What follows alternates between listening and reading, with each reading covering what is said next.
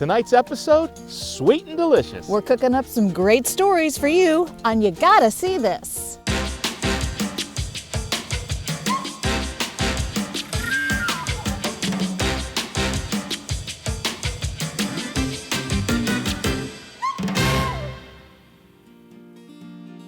I heard your trip to LaSalle was actually a delicious locale. It was indeed. You might have heard of the program, the state program, Illinois Made. Yeah. And they recognize businesses that work with their hands.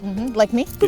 Just like that, except they work a lot harder Oh, at this bakery. They work on. so hard. The stuff they make is so good. There are folks from Chicago and beyond coming to this place for their breads, their confections, all this stuff. You want to check it out? Let's do it. 60 miles north of Peoria, the smell and promise of baked goods lures customers from far and wide. Welcome into Millstone Bakery in the historic downtown LaSalle. The business got its start in a most unconventional way. But I was never really a baker. It started with the pandemic. I got on the quest of making the perfect chocolate chip cookie. And so we made a lot of chocolate chip cookies. We were eating a lot of chocolate chip cookies. Those cookies were so good that Kent Mays and partner Aaron Mays thought others might like them as well. So, why not start a bakery? Not just cookies, but breads, coffee, and other treats as well. So these are some of our, we do sourdough every single day. So we always have the top shelf because we make the most of it. We also do specialty sourdoughs every day. And since day one, customers have been lining up. I don't think we could have ever imagined how much the community would rally around what we're doing. And how much the staff just pours their heart and soul into this. In just 2 years, the bakery has enjoyed a quick rise. So here we have our stone oven. This is our Italian loaf. It's ready to come out of the oven. So we use these peels, put it on there, and you see that nice crust, that nice golden exterior. In just 2 years, the bakery has enjoyed a quick rise. It recently was named to Illinois Made, the state's roster of distinct small businesses. Not too bad for part-time work. Kent is a corporate tax attorney. Aaron is a project manager for a small real estate development company. But 7 employees help keep the place humming and customers smiling. And when you do it fresh every day, we have to have a team in here producing high-quality, products every single day, just like a manufacturer would. During the pandemic, when they first baked all those chocolate chip cookies, they were living in Michigan. They wondered where to open a bakery when they thought about Aaron's hometown of LaSalle. We decided that we wanted to move back here because Aaron loves downtown LaSalle particularly.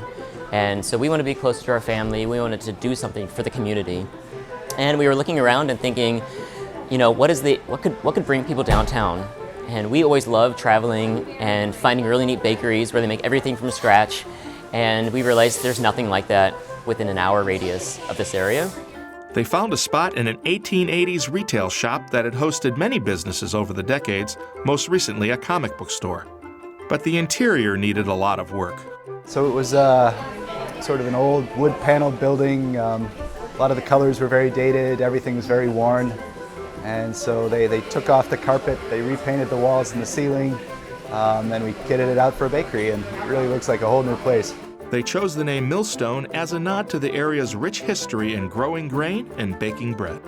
Downtown LaSalle, I think at its peak, had about 4 bakeries. Peru had a couple of bakeries as well. There was a lot of sort of agricultural milling and turning things into bread and different baked products.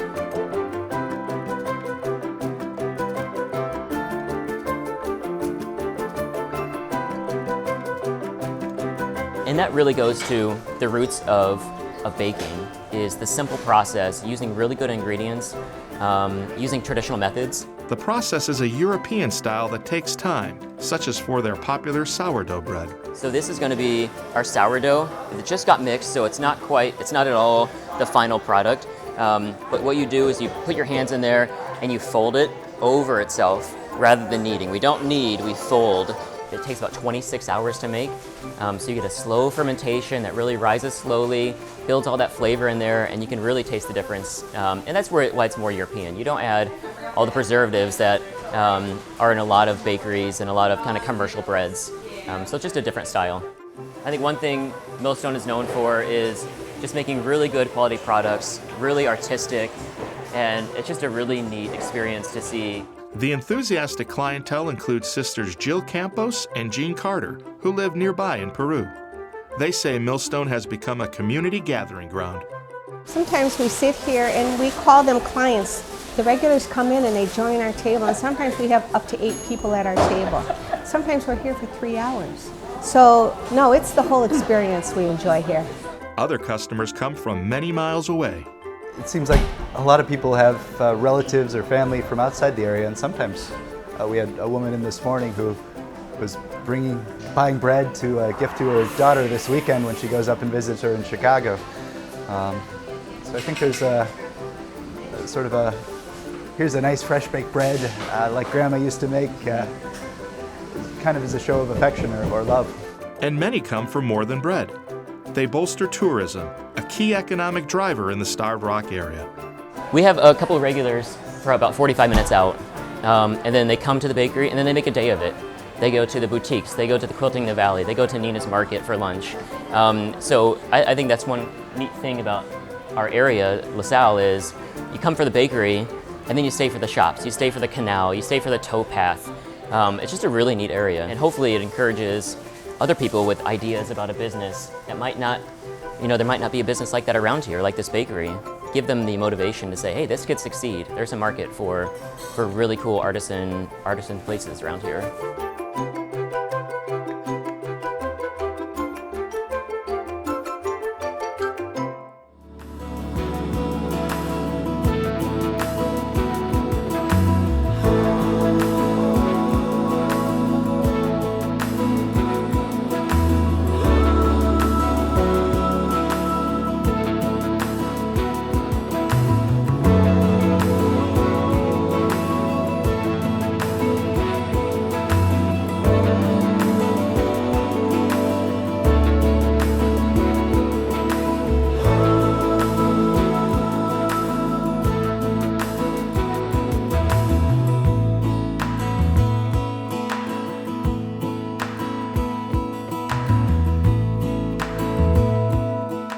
Central Illinois is a great place to live. We have all these amazing people that are right here, just like an artist we talked to who lives in Bloomington, our own backyard, and he is world-renowned, and nobody realizes he's here. The name of Nicholas Africano, I didn't know his name until I met him, and most people don't know that name, but worldwide, like you were saying, the art world reveres this guy and what he's been doing for more than a half century.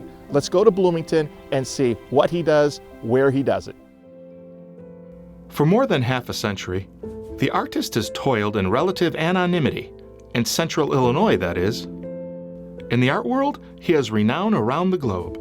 His works have appeared in some of the most important galleries worldwide, including the Museum of Modern Art, the Whitney Museum of Modern Art, and the Art Institute of Chicago. But in the town of Normal, he works quietly, unbothered by fame. His name is Nicholas Africano. I'm an artist who just says here, I think this is beautiful, or does it have some other more meaningful implications? And the Peoria Riverfront Museum wants to introduce him to you. The museum recently opened a permanent display called Nicholas Africano, Themes and Variations.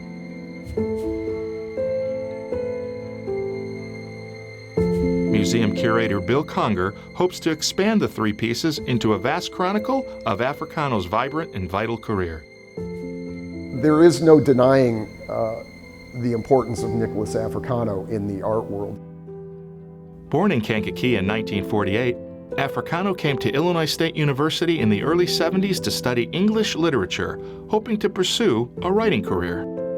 As he started writing stories, he'd supplement his prose with illustrations. Soon, he felt his artwork far outpaced his writing in terms of powerful storytelling. So, in 1975, he earned a master's degree in painting. From there, he would create sparse but powerful paintings, often depicting emotional struggles. Africano is often associated with the New Image movement, which aimed less to the viewing public's head and more to the heart. The New Image painters were a bridge from those conceptualist, minimalist, the harder, colder ways of thinking about art into a much more sensorial kind of experience with art. They were extremely important. It was fairly short-lived, this moment in art time, but Nicholas was right there in the middle of that. Then as now, Africano lived in Normal, eventually setting up a studio in an abandoned orphanage. He finds the community calm and comfortable, a good place to make a home for his wife and 3 children.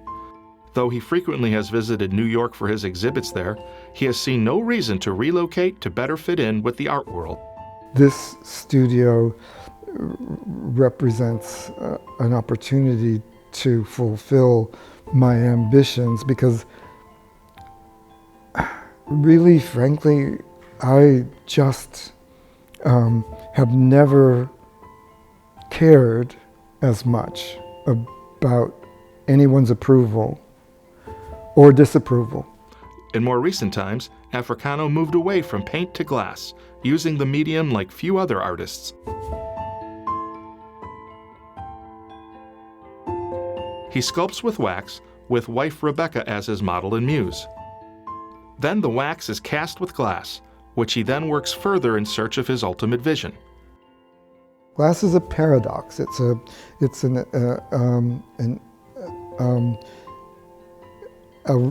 solid, real, concrete material and form, but its translucency, more or less, to a greater or less degree, allows it to have this ethereal quality at the same time.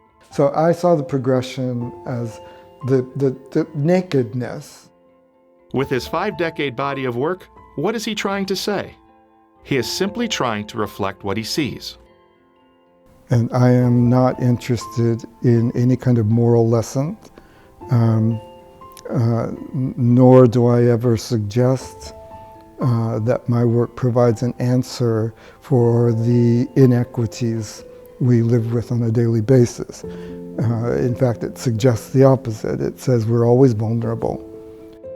His works carry an ambiguity that leaves interpretation to the viewer.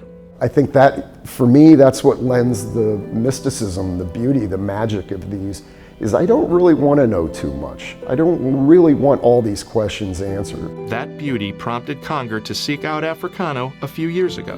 It made no sense that there are no museums in our area that I could go to and learn more about Nicholas Africano. He's right in our backyard.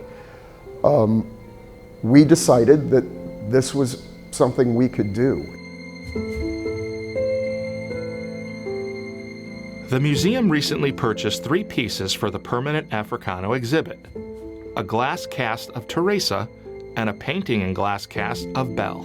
Really, there's so much dissonance between the 2 pieces. They couldn't be farther apart in terms of emotional content. Belle seems to be lost in thought or imagining some beautiful divine awakening, and Teresa is clearly scarred. She actually has a physical scar in here. So there's a tension between the 2 works that we found absolutely entrancing. The museum intends to expand its collection of Africano artworks. For his part, Africano lauds the museum for what he calls an impressive effort to showcase many genres of art, an evolving collection that Africano hopes Central Illinois will appreciate. What it all has in common is that they represent the power of imagination.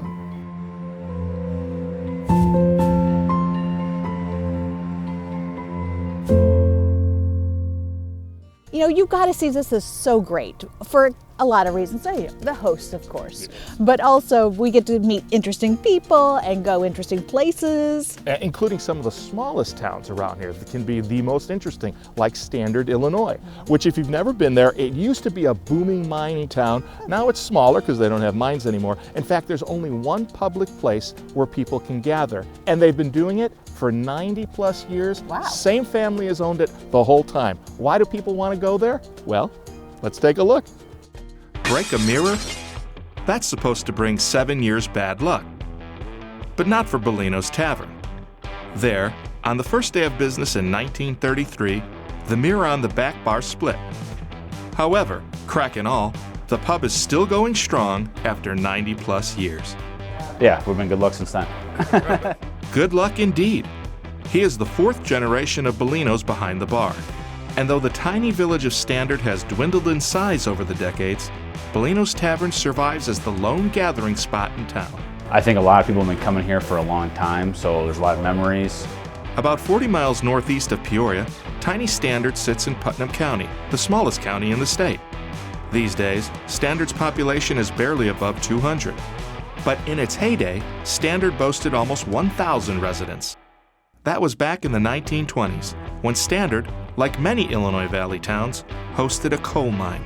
There was a grocery store like probably most small towns had back then. The store building's still down there. Obviously it's not open anymore. One of those miners was Peter Bellino Sr. Like many miners, he'd immigrated from Italy. After the mine closed, he turned a vacant Standard grocery into a saloon. And as soon as Prohibition ended in 1933, he opened his place. At that time, there was a lot of bars, from what I understand. I don't know how many, but there was a lot more back then. Amid all that competition, a bad omen struck the grand opening, thanks to nearby train tracks. But the train came through, and the vibrations cracked the glass. And so it's been cracked ever since.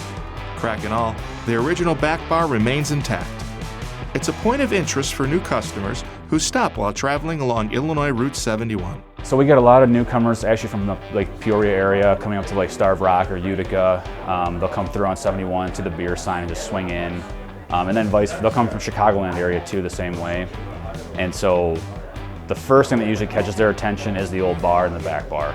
Newbies also like the original floor, time-worn furniture, and the rest of the throwback look and feel. And then when they find out it's family owned for 90 years and I'm like the fourth generation, then that's also, they also like that story. But the story they like the most?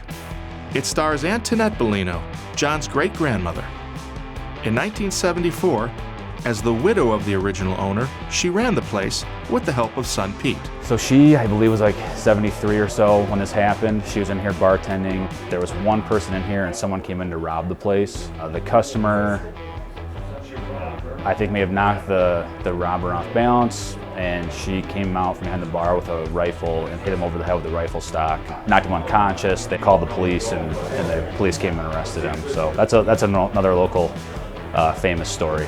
The stories are great for newcomers, but longtime clientele simply enjoy the familiar faces and surroundings. That's important in Tiny Standard, whose business district otherwise includes a post office and a heating and cooling company. A lot of the regulars started coming here probably as soon as they were legal, maybe even before they were legal, especially maybe ones from town would come in with their parents. So there's a lot of multi-generational customers who still come in. So I think it's just a place to see friends and remember old memories. Craig McNally recalls coming in as a boy for chips and soda while his dad visited with friends. Now 72, he still visits from his home in nearby Granville. I guess it's kind of like the youth center for older people is the best way to explain it. It promotes gathering of people, which is pretty rare nowadays. It's really rare in Standard. There, cracked mirror and all, Bellino's Tavern still serves as the only public house, a beacon to locals and beyond. It's just a community gathering place that the whole of Putnam County, you see people from all over stop here.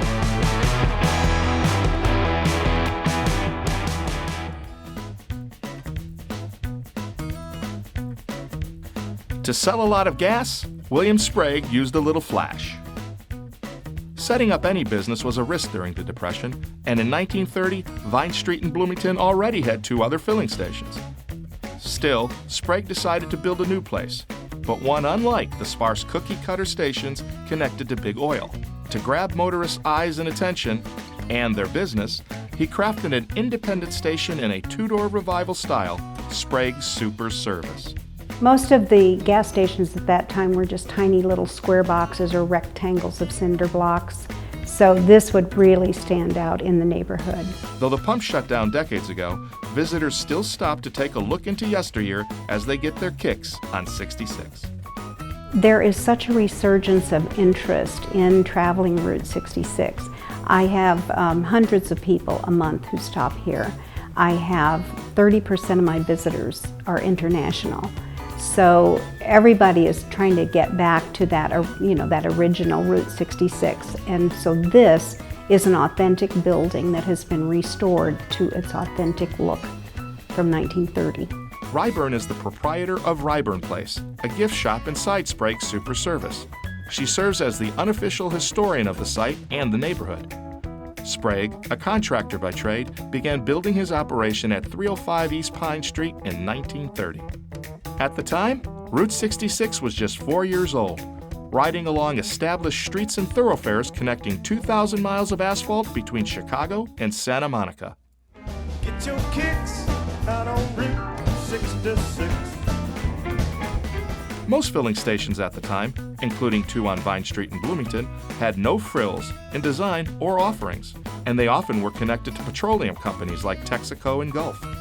So, independent operators like Sprague had to find a way to stand out to passersby and establish loyalty to locals. As a backlash against drab commercialism, Sprague's station was designed with steep gables, a broad roofline, thick brick piers, and stucco swirls. Plus, it stood 2 stories tall, completely unusual in the gas trade of the time. He built apartments upstairs. So the one for he and his wife was the size of this entire downstairs, so it was quite large for 2 people. And he built a small apartment above the 2-bay garage for the mechanic or the attendant. So it's very smart to have everybody live right on site. Sprague also had the vision to offer more than just gas.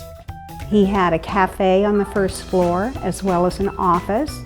He had a 2-bay attached garage, and that was very unusual to have that with pits in the floor where the mechanic could get up under the cars and work year-round. Opening in 1931, the station was a great draw through that decade. Even when the new 4-lane strip took Route 66 in a loop skirting around Bloomington in 1940, Vine Street remained busy as a business route. This was the kind of shortcut into town. If you were coming into Normal from the north, and we had a lot of folks obviously coming into Normal to attend Illinois State University, you had to go right past here, so it was still very heavily trafficked. Soon, though, Interstate 55 would pull much of that traffic away from the city limits of Bloomington Normal. In the 1960s, the site would change hands multiple times as a host of several businesses. They took the gas tanks out in the 1970s. That's when they removed the original pumps and sold them. I bought this in 2006. The building had really deteriorated. It hadn't been maintained, so it had holes in the roof, and if you have leaking water, it destroys everything in its path. So this interior was completely destroyed, ceilings, walls, floors. So frankly, only a crazy person would have bought it in that condition. But Ryburn bought it anyway. A Bloomington native and Illinois State University administrator, she couldn't turn her back on Route 66. I couldn't let it go. My family had traveled it when I was a little kid, and I always had that happy memory, that adventure of travel, and I'd driven it a few times as an adult. Plus, I wrote my dissertation about Route 66 to get my doctorate in history. She did manage to get the site onto the National Register of Historic Places, as well as the Route 66 Association of Illinois Hall of Fame. But after running out of restoration money, she sold the site to the town of Normal in 2016. It now functions as a visitor center, as well as host to Ryburn Shop. The town recognized at that point what an important building it is, not just to the town of Normal as a historic building, but also to the larger community of Route 66. At age 75, Ryburn isn't sure how long she'll continue running her shop, but at least until 2026, the 100th anniversary of the fabled road. But she feels gratified in her role in keeping alive a vestige of Route 66. It's my legacy, essentially.